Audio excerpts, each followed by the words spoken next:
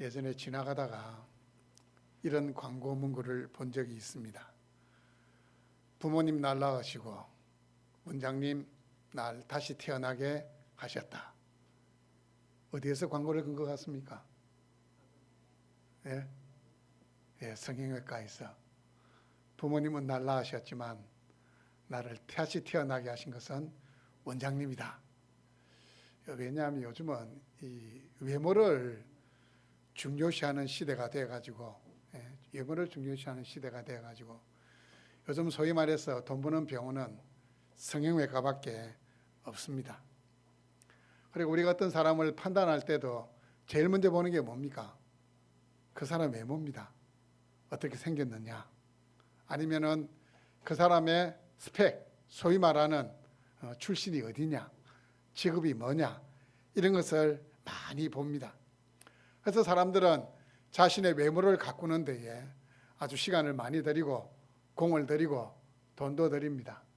자, 여러분, 우리 여성분들이 이제 화장을 하시는데 이 외모를 가꾸는 데는, 화장하는 데는 시간이 얼마면 됩니까? 제가 생각할 때 1시간이면 충분합니다. 1시간이면 그림 공부 끝납니다.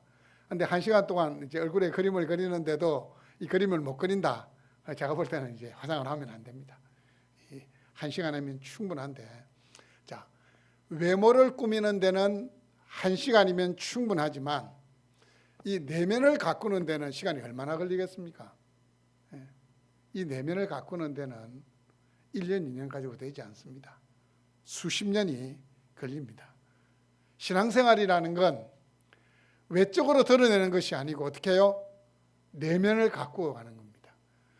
나를 쳐서 그리스도에게 복종시키는 것이 신앙생활이에요. 그래서 신앙생활이 힘든 겁니다. 신앙생활이 힘든 겁니다. 신앙생활이 하루아침에 질서가 잡히고 견고하게 되면 얼마나 좋겠습니까? 여러분, 한 송이 국화꽃을 피우기 위해서도 소쩍새가 봄부터 그렇게 울었나 보다. 시인 서정주 씨가 국화 옆에서 라는 시에서 그렇게 노래하고 있습니다. 그 한 송이 국화꽃을 피우는데도 소쩍새가 봄부터 그 가을에 피어날 국화꽃을 위해서 울었다. 그렇게 노래를 하고 있습니다. 하물며 한 사람이 훌륭한 신앙인이 되는데 얼마나 많은 시간이, 노력이 필요하겠습니까? 사도 바울은 하나님을 경외한다라고 말하는 자들을 향하여 권면합니다. 여러분, 하나님을 경외하는 자 여러분 들어갑니까? 안 들어갑니까? 들어갑니까? 안 들어갑니까? 다 들어갑니다. 여러분, 하나님 경외하시잖아요. 하나님을 공경하고 두려워하고 사랑하시잖아요. 그렇다면 오늘 이 말씀은 여러분을 향한 말씀입니다.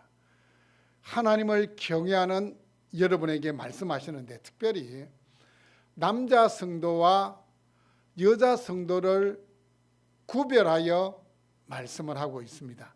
먼저 남자 성도들을 향하여 권면하는데 하나님을 경외하는 남자를 향하여 권면합니다. 뭐라고 권면합니까? 8절 말씀해 보십시오. 그러므로 각처에서 남자들이 분노와 다툼이 없이 거룩한 손을 들어 기도하기를 원하노라. 그런데 여러분, 여기서 포인트는 뭔 것 같습니까? 기도하는 게 포인트인 것 같지만 그 앞에 수식하는 내용입니다. 분노와 다툼이 없는 거룩한 손입니다. 남자들을 향하여 기도하라 이렇게 권면하는데 그냥 기도해서는 되는 것이 아니고 분노와 다툼이 없는 거룩한 모습으로 기도해야 된다. 자, 분노와 다툼이 없이 옛날 2000년 전에도 우리 사도 바울이 사역할 그 2000년 전에도 사회생활의 주역은 누구들입니까? 누가 사회생활을 합니까? 주로 경제생활, 사회생활은 남자들이 합니다. 자, 사회생활 합니다. 직장생활 합니다. 사업을 합니다. 그러면 이렇게 원치 않게 마음에 불편한 일들이 일어나게 됩니다.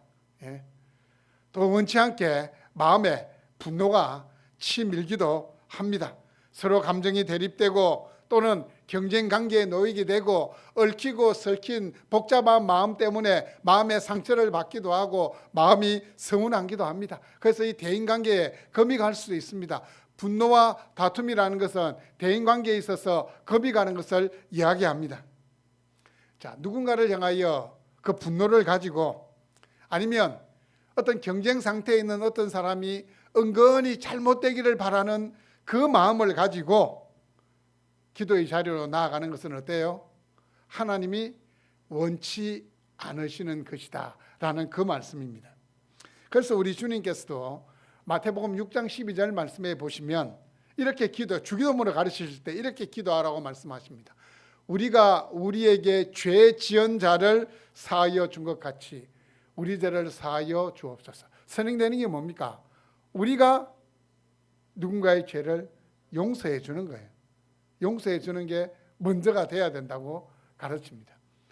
그리고 마태복음 5장 말씀해 보시면 하나님 앞에 예물을 드리러 가다가 어떻게 해요?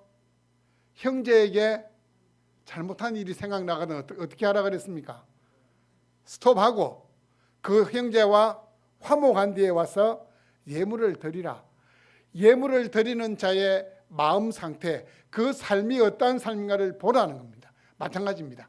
기도할 때도 거룩한 손을 들어라. 분노와 다툼이 없는 사회생활 가운데서 대인관계에서 금이 가지 않는 그 누군가와 불편한 관계에 놓이지 않는 그 상태로 기도하라. 그 말씀입니다. 여러분 하나님과 교통하기를 원하십니까? 그렇다면 여러분 인간관계를 바로 맺어야 돼요. 여러분 인간관계 중에서도 제일 친밀한 제일 먼저 관계를 맺어야 될 게 누굽니까? 누구하고 불편함이 없어야 됩니까? 예, 남편은 아내와 아내는 남편과 또 자식과 가장 가까운 사람하고 인간관계에 불편함이 없어야 돼. 마음속에 여전히 도사리고 있는 분노가 있으면 다툼이 있으면 서운함이 있으면 여러분 지금 이 시간 주님의 십자가 앞에 다 내려놓을 수 있기를 바랍니다. 주님이 요구하는 기도의 자세는 남자들에게 기도하라 명령하시면서 거룩한 손을 들으라 이렇게 말씀하시는 거예요. 예. 거룩하게 보이기 위해서 손을 드는 것이 아니고 어떻게 해요? 거룩한 손을 들으라고 말씀을 하고 있습니다. 이건 기도의 외적인 자세가 중요하다고 말씀하는 게 아닙니다. 뭐 기도할 때 손을 들고 이렇게 기도하는 건 2000년 전 이 이스라엘 백성들이 기도할 때에 대부분이 이제 이렇게 손을 들고 기도를 했습니다. 손을 들고. 여러분 손을 들고 기도한다는 것은 나의 모든 것은 하나님께 달렸습니다.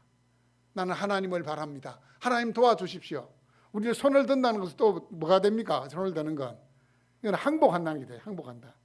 하나님의 은혜가 필요합니다. 하나님밖에 없습니다. 예, 이 손을 드는데 우리가 찬양할 때도 이렇게 소위 좀 은혜를 받으면 어떻게 됩니까? 예전에 이렇게 손을 들고 요렇게만 손을 들면 또 조금 이렇게 자세가 안 나옵니다. 요 손을 갖다 탁 이렇게 심장에 있는 이 가슴에 탁 얹고 눈을 지그시 감고 이렇게 탁 찬양하면 막 은혜가 되는 것 같아. 은혜가 넘치는 것 같아. 근데 중요한 건 뭡니까? 외적으로 그렇게 보이려고 하는 것이 중요한 게 아니고 내적인 거룩이 우리의 삶의 거룩이 중요하다고 말씀을 하고 있습니다. 여러분이 일상의 삶 가운데서 거룩하게 살아갔던 바로 그 손을 들고 기도하라고 말씀합니다. 여러분 거룩이라는 단어가 계속 반복되고 있는데 거룩이라는 게 뭡니까? 어떤 목적을 위해서 특별하게 구별되어 있는 겁니다. 구별된 거예요. 또 떨어져 있는 겁니다. 분리되어 있는 겁니다. 그게 거룩입니다. 세상의 죄악으로부터 세속으로부터 인간적인 것으로부터 분리되어 있는 것, 구별되어 있는 것이 거룩입니다. 그 손이 죄를 범한 부정한 손이든지 남을 해한 악한 손이든지 화해하지 못한 손이면 그것은 안 된다는 겁니다. 성경은 그냥 손을 들고 기도하는 것이 아니라 어떻게 해요? 거룩한 손을 들고 기도하라고 말씀합니다. 바울 사도께서 사역하던 초대교회 시절이나 2000년 뒤에 사역하고 있는 지금이나 공통점이 있습니다. 어떤 공통점이 있냐? 기도의 자리에 누가 많이 나온다고요? 여자들이 많다는 거. 그래서 사도 바울이 하나님을 경외하는 남자들을 향해서 말씀할 때에 기도하라. 기도하라. 하나님이 창조할 때 그렇게 만든 것 같아요. 남자들은 이 사고, 이성적으로 만들었어요. 이성적으로 만들었다 보니까 기도보다는 뭘 많이 하려고 합니까? 말씀을 읽고 말씀을 듣고 말씀을 연구하는데 관심이 좀 더 가요. 여자들은 어떻게 해요? 남자보다 더 감정적으로 만들었어요. 여자들이 더 기도하게 되는 겁니다. 하지만 사도 바울은 하나님을 경외하는 남자들을 향하여 기도하라 이렇게 말씀을 하고 있습니다. 남자 성도님들, 여러분 기도하셔야 돼요. 여러분이 기도하셔야 정치가 깨끗해집니다. 여러분이 기도하셔야 일터가 번성됩니다. 여러분이 기도하셔야 교회가 거룩해지고 가정은 화목해지고, 특별히 여러분이 기도하셔야 교회를 물질주의와 세속주의의 거센 물결로부터 보호할 수 있고 건져낼 수 있습니다. 여러분 하나님을 경외하십니까? 특별히 남자 성도님들 하나님 경외하십니까? 여러분이 하나님을 경외하고 있다면 그 외적인 표시로 드러내는 것이 거룩한 손을 들고 하나님 앞에 기도하는 겁니다. 하나님 앞에 무릎을 꿇는 겁니다. 가정에서, 일터에서 하나님을 경외하며 살아갔던 그 손을 들고 기도할 수 있기를 바랍니다. 여러분, 기도의 무기를 사용할 줄 아는 남자들이 하나님의 최정의 군사이고 하나님이 세우신 가장 강력한 영적인 지도자가 될 수 있습니다. 9절에서 10절 말씀을 보시면 여자 성도들을 향하여 권면을 하고 있습니다. 여러분, 일반적으로 대부분 교회들을 보시면 남자와 여자 비율이 어떻게 됩니까? 대부분은 여자가 6, 남자가 4, 아니면 여자가 7, 남자가 3 이렇게 되는데, 우리 교회는 지금 남자 숫자가 많아요. 저는 이게 참 고무적이고 긍정적인 거라고 생각을 해요. 그런데 이제 이 여자 숫자가 많다는 것은 예수님께서 처음 교회를 세우실 때부터 예고가 된 일입니다. 자, 여러분, 예수님의 부활을 제일 처음 목격한 사람이 누굽니까? 여자들입니다. 여자들이 목격했어요. 예수님의 부활 소식을 제일 먼저 알렸던 사람들이 누굽니까? 여자들입니다. 여자들이. 또 여러분, 예수님께서 3년간의 공생의 기간 동안 이 여성들이 따라다니면서 제자들 밥도 챙겨주고 다 도와주었던 사람들이 여자들입니다. 예수님이 십자가에 달리셨을 때에 갈릴리에서 여자들이 따라와서 끝까지 예수님의 십자가를 지켜보았습니다. 초대교회 시절에도 이 교회 안에는 남자보다 여자들의 비율이 아마도 높았을 겁니다. 하지만 여러분, 2000년 전에 여성의 인권이 어땠습니까? 여성은 수혜칠 가치조차도 없는 존재였습니다.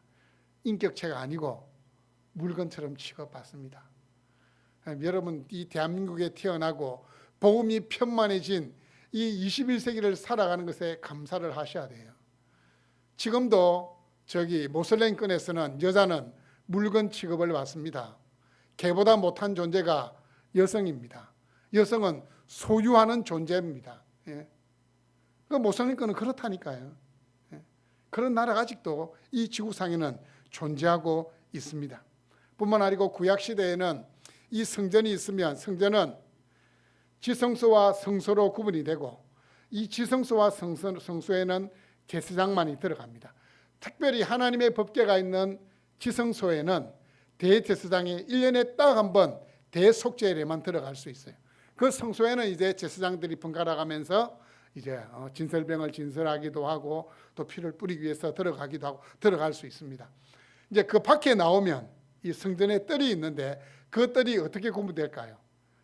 이제 번제단 있고 물두멍 있는 그걸 지나가지고 이제 남자의 뜰, 여자의 뜰, 이방인의 뜰 이렇게 되어 있습니다. 예. 남자들은 좀 더 가까이 가서 하나님을 예배할 수 있지만 여자들은 남자들과 구분되어서 하나님을 예배할 수 있도록 그렇게 되어 있었습니다. 우리나라도 처음 복음이 들어왔을 때 여러분 예배당 어떻게 지은 줄 아십니까? 예, 이렇게 기역자로 이렇게 각지게 이렇게 예배당을 지었어요. 설교자가 쳐다보면 이렇게 다 이렇게 보이는데 상대방을 못 보게 돼 있었어요. 그래서 이쪽에는 남자들, 이쪽에는 여자들 서로 이렇게 쳐다볼 수 없도록 이렇게 지었어요. 제가 이렇게 어릴 때 신앙생활 할 때도 제 모교회 시골에서 예배드리러 가보면 규칙적으로 정해놓은 건 아닌데 주로 설교자가 바라보게 할 때 오른쪽에 남자 성도들이 앉았고 왼쪽에 여자 성도들이 앉았어요. 그때는 부부지간인데 교회만 오면 내외해가지고 따로 이렇게 앉았어요. 따로 이렇게 주로 이렇게 따로 앉아 있었어요.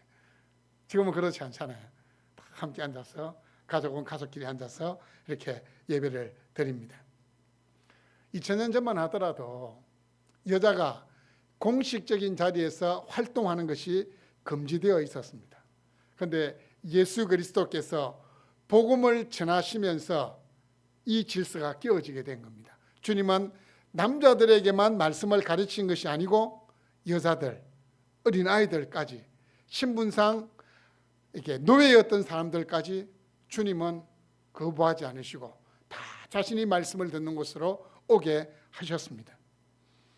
태생적으로 남자들의 지배와 굴림의 대상이 되어왔던 이 여자들이 복음을 받아들이고 예배의 자리에 나오니까 동등한 지위로 인정을 받는 겁니다. 동등한 지위로 인정을 받는 겁니다. 아마도 초대교회 당시에 여성들이 자유를 주장하는 이 움직임들이 일어났던 것 같아요. 지금도 뭐 여성 인권을 위해서 페미니스트들이 나서가지고 막 우리 여성들도 남자와 동등하다. 누가 동등 안 하다 했습니까? 동등해요. 동등하잖아요. 예? 근데 꼭 그렇게 이야기하면 우리 한국은 특수적인 상황이라 남자만 군에 가잖아요. 그 군에 가는 문제에서는 또 이야기를 안 해요. 이 여성들이 남자아이를 낳아가지고 자기 새끼 한번 군에 보내봐야 알아요. 그게 뭔지를. 예? 눈물 콧물 쏟고 한번 예? 아이가 이렇게 건강하게 돌아올 때까지 가슴 한번 졸여봐야 남자들이 얼마나 고생하는지를 알아요. 예? 우리 어머니도 예? 제 군에 갈 때 뒤에서 막 펑펑 우시더라고요. 제가 쳐다도 안 보고 군에 갔습니다. 입대했습니다. 또 언제 오느냐? 이제 군에 가면 보통 이제 입었던 옷들 싹 벗어가지고 집으로 보내줍니다. 그 옷이 이제 집에 오게 되면 그 옷을 뜯어보고 또 엄마들이 펑펑 우는데 제가 우리 아들 군에 갔을 때에 이제 아들이 이제 군에서 가면 입던 옷이 온다는 걸 제가 알았거든요. 우리 아내가 이제 눈물이 많은 걸 알고는 제가 우체국에서 온다는 걸 알고 먼저 집에 가가지고 온 걸 포장을 싹 뜯어가지고 뭐 빨래통에다 다 집어넣어 버렸어요. 아내가 그 옷을 못 보도록. 또 그 옷 보고 얼마나 울지 제가 눈에 뻔하기 때문에. 그래서 예전에는 이 초대교회 시절에는 여성들이 예배를 드릴 때 머리에 수건을 썼습니다. 수건을 썼어요. 지금도 천주교 가면 머리에 수건을 쓰잖아요. 여러분 천주교 이 머리에 수건을 쓰는 이유가 뭘까요? 하나님께서 창조 질서상 남자를 머리로 세웠어요. 머리에 흰 수건을 쓴다는 것은 내 위에 남편이 있고 하나님이 계시다. 이건 하나님의 창조 질서에 순종하겠다는 표시가 머리에 수건을 쓰는 겁니다. 루터의 종교개혁으로 인해서 이 머리에 수건을 쓰는 게 우리는 이제 개혁교회는 없어졌어요. 머리에 수건을 쓴다. 하나님께 복종하고 남편의 권위에 복종하겠다는 그 순종의 표시가 머리 위에 흰 수건을 쓰는 겁니다. 그 여성들이 이제 교회 안에 들어오니까 남자와 이제 동등한 지위를 얻게 되니까 우리는 왜 못 가르치냐? 우리는 머리에 왜 이걸 써야 되냐? 막 이렇게 주장하는 여성들이 있을 수 있습니다. 여성이 100명이 있으면 그중에서 한 10명 정도는 이렇게 반항적인 기질을 가지고 있는 거예요. 원래 이제 그런 사람들이 있어야 사회가 바뀌는 건 맞아요. 뿐만 아니고 교회에 이제 여성들이 많이 들어오게 되니까 이 세속적인 삶에 빠져드는 여성들도 있고 예수 믿기 전에 가졌던 그 세속적인 행동을 끊어내지 못한 여성들이 분명히 있었다는 겁니다. 그래서 9절과 10절 말씀에 보시면 여자 성도를 향하여서 취해야 될 마땅한 삶의 자세를 말씀하고 있습니다. 9절 말씀을 보시면 여자들도 단정하게 옷을 입으며, 여자들도 단정하게 옷을 입으며. 이 디모데전서, 디모데가 에베소에서 목회하고 있을 때거든요. 이 에베소라는 도시는 로마 지방, 로마 제국이 다스리는 이 아시아 주에 있어서 가장 큰 도시였어요. 항구 도시였고 해상과 육상의 주요 무역로였습니다. 인구가 2000년 전에 인구가 몇 만이었냐면 자그마치 50만입니다. 여러분 2000년 전에 인구 50만이면 엄청난 도시입니다. 진짜 큰 도시입니다. 여러분 우리 대한민국에서도 지금도 50만 넘으면 큰 도시입니까? 안 도시입니까? 우리 대한민국이 지금 50만 넘는 도시가 20개 안 될걸요 아마. 20개 안 됩니다. 예. 양산 김해도 50만 안 되는 걸로 알고 있습니다. 40몇만. 예. 50만이라는 것은 어마어마한 숫자입니다. 어마어마한 숫자예요. 2000년 전에 에베소가 50만이 넘는 도시였어요. 무역이 발달하다 보니까 돈이 뭐가 많습니까? 돈이 많아요. 또 해상, 육상에서 무역료가 발달하게 되면 각 나라에 있는 온갖 유행하는 물품들이 다 들어오게 되는 겁니다. 지금도 세상이 이제 이렇게 인터넷이 발달하고 너무 이제 빠른 세상이 되니까, 예? 여러분 못 살고 있는 아프리카나 제3국에 있는 젊은이들도 우리나라 젊은이들이 하는 거 다 하고 있습니다. 이제는 그 유행이 그렇게 빨리 들어간다는 사실입니다. 제가 10년 전에 몽골 가서 깜짝 놀란 게 그 몽골 20대가 우리 10대, 20대들이 하는 행동을 그대로 하고 있더라고요. 예. 그래서 깜짝 놀랐어요. 그래서 깜짝 놀라면서 제가 마음속으로 몽골에 복음이 들어가기가 참 힘들겠다. 이미 저 10대, 20대가 저렇게 세속적으로 바뀌어 버렸는데 이 복음이 어떻게 꽃을 피울 수 있을까? 그 생각이 들더라고요. 경제적 풍요는 사람들로 하여금 사치, 또 이 향락 문화에 빠지게 만듭니다.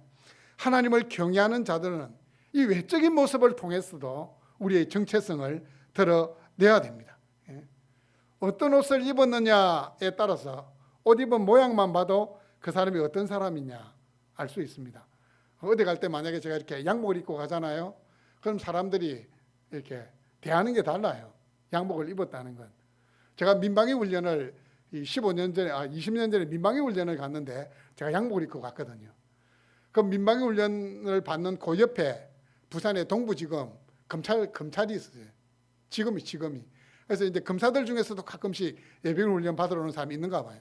그 사람 예비군 훈련 받으러 올 때 뭐 입고 오겠습니까?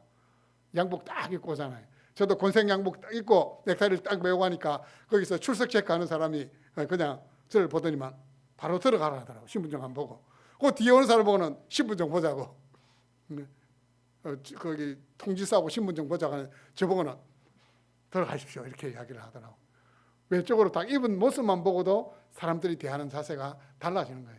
우리도 마찬가지잖아요. 이렇게 사람들을 쳐다보면 옷 입은 것만 봐도 저 날라리네. 죄송합니다. 이렇게 느껴지잖아요. 옷을 어떻게 입었냐에 따라서 그 삶의 자세가 흐트러질 수 있어요. 특별히 남자들은 어떤 옷을 입으면 삶의 자세가 흐트러질까요? 공통점입니다.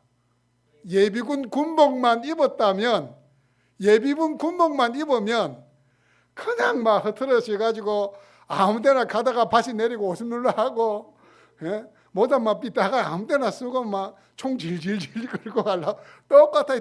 저도 생각해 보니까 예비군 훈련 받을 때 그 예비군 군복만 입으면 갑자기 삶이 막 이렇게 풀리면서 이 조교들이 선배님들 하면 야야야 좀 살살 해라 힘들다 막 이렇게 뭐 말을 한다든지 아무데나 푹 퍼지고 앉으려 하고 막 예비군 군복만 입으면 사람이 좀 이상해지는 것 같아요. 그래서 옷을 뭘 입느냐에 따라서 삶의 자세가 또 삶이 달라질 수 있다는 사실입니다. 이 단정하게 옷을 입는다는 것은 신분에 걸맞는 적합한 옷을 입어야 된다 그 말입니다. 우리가 그리스도인이면 우리가 그리스도인이라는 그 신분에 적합한 옷을 입어야 된다 그 말이에요. 그렇다고 뭐 얼마짜리 이상을 입어야 된다, 얼마짜리 이하를 입어야 된다 그 말이 아닙니다. 우리 경제적 수준이 다 다르기 때문에 뭐 옷을 얼마짜리 입는 건 다 다를 수가 있습니다. 근데 중요한 것은 너무 비싼 옷은 입으면 안 되는 것 같아요. 제가 사회 갈 때 저도 이렇게 눈이기 때문에 쓰다 보면 알잖아요. 메이커를 보면 알잖아요. 이렇게 메이커를 탁 쓰다 보면 어떤 분들은 이렇게 몇백만 원짜리 코트 있잖아요. 이 겨울 코트는 솔직히 이렇게 메이커가 있는 건 몇백만 원짜리가 있거든요. 그런 옷을 입고 다니는 사람들이 있더라고요. 넥타이도 좋은 건 몇십만 원씩 합니다. 이건 이제 여담으로 제가 이제 사회 가면서 선물로 받은 건데 그 넥타이가 좀 비싼 넥타이였던 것 같아요. 그 넥타이를 저는 몰랐죠. 비싼 건지도. 저는 뭐 비싼 건지도 뭔지도 몰라요. 저는 넥타이를 거의 뭐 안 샀습니다. 선물로 이제 주로 받고 있는데 결혼식 주례하고 나면 뭐 선물로 주시기도 하고 그래서 그냥 저는 주는 대로 메고 갔는데 그게 비싼 넥타이였던 것 같아요. 전사님을 통해서 성도님이 이런 이야기를 합니다. 노 목사님 돈이 많은지 넥타이를 억수로 비싼 거 메고 있더라면서 수십만 원짜리 넥타이를 메고 있더라면서 저는 몰랐습니다. 그 넥타이가 그렇게 비싼 건지. 그렇게 오해를 할 수도 있는 겁니다. 오해를 할 수 있는 겁니다. 하지만 하나님을 경외하는 자, 특별히 우리가 그리스도인인 자들은 옷이나 자신을 치장하는 데 있어서도 주의가 필요합니다. 왜냐하면 너무 외모에 치중하게 되면 그건 뭡니까? 허영심입니다. 자기를 이 치장한 걸로써 드러내고 싶어하는 허영심이 가득하기 때문입니다. 여러분 성령이 충만한 사람은 절대로 허영심에 사로잡히지 않습니다. 있는 모습 그대로를 보여주려고 합니다. 9절 말씀해 보시면 따은 머리와 금이나 진주나 값진 옷으로 하지 말고 이렇게 해요. 딱 지정을 해요. 따은 머리, 금, 진주, 값진 옷으로 하지 말고. 이 따은 머리라는 게 뭐냐면 우리는 지금 잘 모르겠잖아요. 머리를 따가지고 이렇게 하는 그게 아니고 이 2000년 전에 이 에베소에서 이 로마가 지배하는 그 전역에서 머리를 이렇게 따가지고 말아서 이렇게 올리는 건 고급 매춘부들이 자신을 화려하게 보이려고 머리를 따가지고 이렇게 말아서 올렸대요. 그런데 그게 이제 귀족 사회에 있는 여자들에게까지 그 유행이 전달되는 거예요. 뿐만 아니고 이 매춘부들이 자신을 더 화려하게 보이려고 막 치며 뭐며 다 이렇게 치장하는 게, 이 치장하는 게 이 돈 있는 사람도 그게 좋아 보이니까 그 유행을 따라가는 겁니다. 당시 문헌에 보면 로마 황제였던 칼리쿨라라는 이 황제의 아내가 파울리나라는 여자였는데 손, 머리, 귀, 목, 손가락, 발가락 몸 전체를 귀금속으로 꾸며가지고 머리도 막 머리 가짜머리 있잖아요. 가짜머리 보면 이 가짜머리 올린 거 있거든요. 가짜머리 가발을 막 올려가지고 이렇게 치장하는 그거부터 해서 막 눈 막 온 천지를 다 그렇게 막 치장을 했대요. 치장을. 이 벗겨놓으면 이제 그 실물을 보면 누군지 이제 모릅니다. 이제 그 정도로 치장을 해버리면. 예전에 뭐 새벽기도 왔어도 깜짝 놀라는데 저분이 누군고 새로운 새가족인가 이렇게 여성분들 화장할 때하고 안 할 때 차이가 좀 많이 나지 않습니까? 그래서 초대교회 교부였던 크리소스톰이라는 분은 단도직입적으로 이런 이야기를 했습니다. 여성도들이여 매춘부 흉내를 내지 마라. 직설적으로 교훈한 거예요. 교회 나오면서도 막 온갖 치장을 다 하고 막 화려하게 걸치고 이렇게 오니까 여자 성도들이여 매춘부 흉내를 내지 마라. 아이고 막 그랬으면 성도들 반이 떨어져 나갈 건데 역시 영적인 거장은 다릅니다. 직설적으로 이야기한 거예요. 여러분 세상의 유행에 너무 민감하지 마십시오. 세상의 유행에 너무 민감하지 마십시오. 예수 믿는 우리는 유행에 따라가는 자가 아니고 새로운 유행, 경건한 유행, 창조하는 사람이 되어야 됩니다. 바울이 이 시대를 살아가고 있다면 9절 말씀에 이런 내용을 분명히 넣었을 겁니다. 여자 성도들이여 얼굴과 몸에 칼을 대지 말라. 분명히 이 내용을 넣었을 겁니다. 저는 분명하다고 생각합니다. 여자 성도들이여 얼굴에 칼 대지 마라. 몸에 칼대지 마라. 분명히 이 이야기를 했을 겁니다. 오늘 본문 10절 말씀해 보시면 여성들의 최고의 장식은 선행이라고 이야기합니다. 여자들의 최고의 장식이 뭐라고요? 선행, 착한 일입니다. 착한 일. 그리스도인 여성의 아름다움은 이 사치스럽게 자신을 치장하는 것에서 아름다움이 드러나는 것이 아니고 어떻게 해요? 선한 일을 할 때에, 착한 일을 할 때에 그 여성의 아름다움이 드러난다라고 말씀하고 있습니다. 하나님을 경외하는 자로서 현숙하고 성숙한 아름다움을 드러내는 것은 섬김이고 봉사라는 사실입니다. 바울 사도는 여성도들이 분수에 지나친 허영심에 빠지는 것을 경계하기 위해서 외적인 아름다움보다는 내적인 아름다움을 갖추어라 이렇게 말씀을 하고 있습니다. 여러분, 당시 로마 사회에서 남자다움은 뭡니까? 남자다움은 칼을 가지고 누군가를 쓰러뜨리는 강인함이 남자다움이었습니다. 이 로마 사회에서 아름다움은 뭐가 아름다움이었습니까? 여성의 아름다움은 온갖 기금속으로 자신을 치장하는 것이 아름다움이었습니다. 하지만 바울 사도는 이야기합니다. 남자의 강함은 칼과 창으로 누군가를 정복하는 것이 아니고 뭐요? 거룩한 손을 들어 기도하는 것이 남자의 강인함이라고 말씀하고 있습니다. 여성들을 향해서 이야기합니다. 온갖 기금속으로 자신을 꾸미는 것이 여성의 아름다움이 아니라 내면을 단정하게 하는 것. 이 자신의 내면을 꾸미는 것이 착한 일을 통하여 하나님을 드러내는 것이 아름다움이다라고 말씀을 하고 있습니다. 자, 이렇게 이야기하면 여러분 이런 생각을 가질 수 있습니다. 아이고, 나 혼자 뭐 그렇게 한다고 뭐가 달라지겠습니까? 예? 아이고, 나 혼자 기도한다고 무슨 선한 영향력을 끼칠 수 있겠습니까?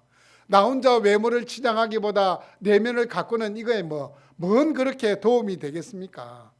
나 혼자 하나님의 창조 질서를 역행하는 이 세상을 바라보며 가슴 아파하고 나 혼자 하나님을 경외한들 무슨 소용이 있겠습니까? 이렇게 생각할 수 있습니다. 예. 저도 그렇게 생각했어요. 그런데 설교 준비하면서 제 생각이 바뀌었어요. 설교 준비하면서 이런 예화를 봤습니다. 두 신사가 서울에서 택시를 탔습니다. 이 길이 너무 막혀가지고 생각보다 너무 늦게 도착했어요. 너무 늦게 도착하면 요금이 많이 올라갑니까? 적게 올라갑니까? 요금이 많이 올라가요. 그런데도 이 신사가 내리면서 아이고 기사님 진짜 운전을 잘하시네요.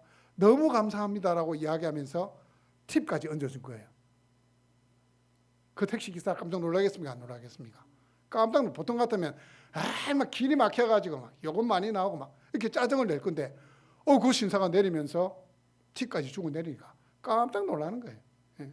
이 택시기사도 막 차가 막히고 이래가지고 막 마음이 언짢았는데 기분이 좋아지겠습니까? 안 좋아지겠습니까?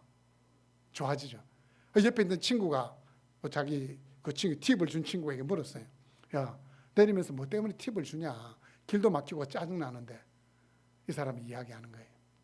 내가 적은 돈이지만 1,000원, 2,000원이지만 그 팁을 주게 되었을 때에 그 택시기사의 마음이 기뻐지게 되면, 즐거워지게 되면 그 사람도 누군가에게 어떻게 해요? 친절을 베풀게 될 거다. 그래서 자기는 이 서울을 그렇게 바꾸기 위해서 하루에 10사람에게 친절을 베풀기로 다짐을 했다는 거예요. 그 자세가 진짜 중요한 것 같아요. 제가 이 이야기를 읽다가 제가 이렇게 마음에 찔림을 받았어요. 이제 금요일 날 제가 이제 아내하고 주로 이제 교회 이제 이렇게 주일 식사를 준비하기 위해서 장을 보러 가거든요. 저기 북구에 있는 하나로마트에 갑니다. 하나로마트 코스트코 갔다가 이제 하나로마트 가는데 하나로마트 가면 주로 이제 저는 지하 주차장으로 들어갑니다. 지하 주차장으로 딱 들어가 가지고 제가 차를 딱 세우려고 하는데 보니까 그 뒤에 보니까 이게 누가 카트를 갖다가 치우지 않고 하나 있는 거예요. 그래서 제가 집사람한테 누가 또 저 매너 없이 저런 행동을 하냐. 진짜 사람 안 될 사람이다. 이 대한민국 이래가지고 발전이 안 되는 거다. 이래가지고 선진국의 문턱에서 지금 넘을까 말까 이러고 있는 중이다. 제가 이렇게 이야기하니까 아내가 웃으면서 그 이야기잖아. 당신이 치워주면 되잖아요. 당신이 치워주면 되잖아요. 그래서 제가 치워주겠다 이렇게 해야 되는데 내가 말라고. 그 이야기를 했던 게 이 설교 준비를 하면서 이 예화를 이렇게 대하면서 막 가슴이 막 찔리는 거예요. 제가 그걸 치워주게 되면 누군가가 잠시 놔두고 갔다가 자기 걸 치워주는 걸 보는 수가 있잖아요. 아니면 누군가 그걸 치워주려고 했다가 자기도 무시하고 있었는데 제가 치워주는 걸 보게 되면 저런 사람도 있구나. 나도 그러면 다음부터 그렇게 해야 되겠구나. 이런 마음이 든다는 거예요. 여러분, 지금 우리가 살아가는 이 세상은 죄악의 물결이 넘실거리는 세상입니다. 모든 사람들이 이것만큼도 자신은 손해를 안 보려고 하는 세상입니다. 나 혼자 그렇게 한들 세상이 바뀌겠냐라고 생각하는 시대가 바로 이 시대입니다. 하지만 하나님을 경외하는 자들은 어떻게 해요? 마땅히 그 일을 해야 됩니다. 왜냐하면 오늘 10절 말씀해 보시면 이것이 하나님을 경외하는 자들에게는 마땅한 것이니라. 거룩하게 살아가는 그 삶을 보여주는 것이 마땅하다고 이야기합니다. 단정하게 자신을 보여주는 것 마땅하다고 이야기합니다. 온갖 것으로서 자신을 포장하는 것보다 자신의 내면의 아름다움을 보여주는 것, 선행으로 자신이 어떤 사람인가를 보여주는 것이 하나님을 경외하는 자들에게는 마땅하다. 세상에 있는 사람들은 다 아니다라고 이야기할지라도 우리는 마땅히 해야 된다라고 대답을 해야 되는 겁니다. 사랑하는 여러분 하나만이라도 그렇게 해야 되는 이유는 여러분은 하나님을 경외하는 자들이고 오늘 말씀은 여호와를 경외하는 자들에게 마땅한 것이니라라고 말씀하고 있기 때문입니다.